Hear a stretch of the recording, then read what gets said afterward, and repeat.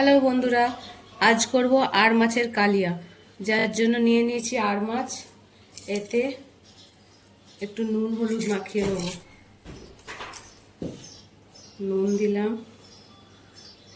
হলুদ দিলাম, অল্প করে সর্ষের তেল দিলাম। এবার এটাকে মাখিয়ে নেব ভালো করে। নুন হলুদ তেল মাখানো হয়ে গেছে, 10 মিনিট রেখে দেবো। অন্যদিকে নিয়ে নিয়েছি আলু টুকরো করে কাটা, দুটো মিডিয়াম সাইজের পেঁয়াজ, 10-12টা রসুনের কোয়া আর 1 ইঞ্চি আদা। রসুন, আদা আর কাঁচা লঙ্কা পেস্ট করে নেব। এবার মাছগুলো ভেজে নেব। তেল দিয়ে দিয়েছি।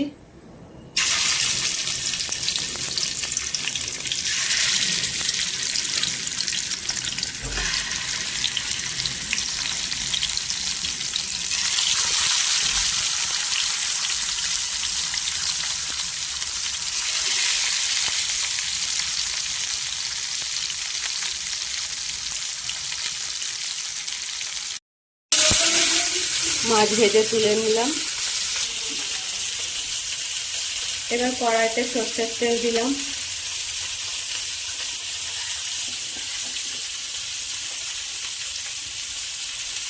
আলুগুলো দিয়ে দিলাম। আলুগুলো অপশনাল, আলু তোমরা দিতেও পারো, নাও দিতে পারো। আমি আলু দিয়ে করছি। অল্প করে নুন দিয়ে দিলাম।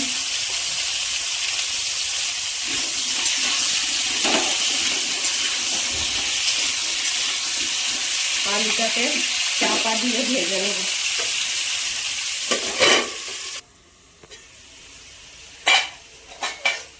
আলু ভাজা হয়ে গেছে, আলুগুলো তুলে নেব।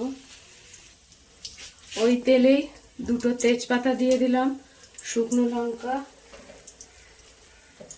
আর গোটা গরম মশলা দিয়ে দিলাম। ফোড়ন ভাজা হয়ে গেছে, কুচনো পেঁয়াজ দিয়ে দিলাম।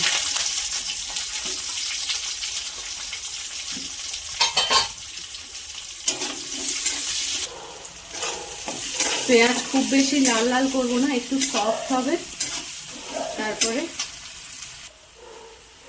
আদা রসুনের পেস্টটা দিয়ে দেবো।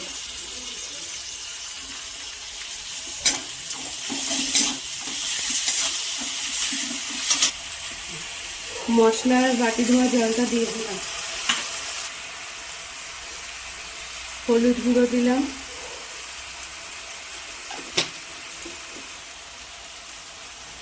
জিরে গুঁড়ো দিলাম,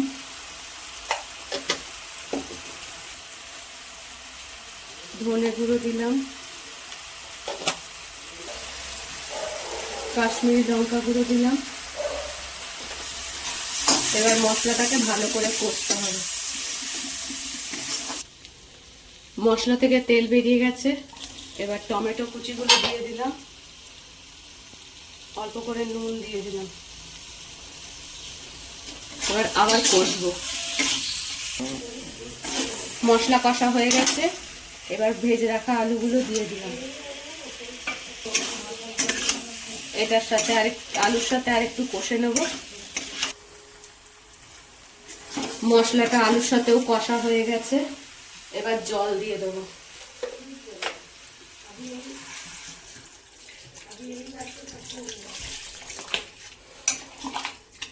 জল দিয়ে দিলাম, এবার ভালো করে ফুটুক। ঝোলে ফুট ধরে গেছে, এবার মাছগুলো দিয়ে দেবো।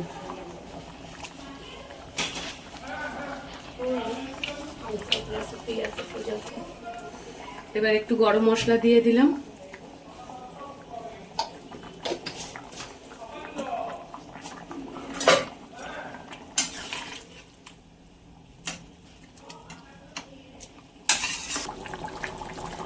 আর মাছের কালিয়া আমাদের রেডি।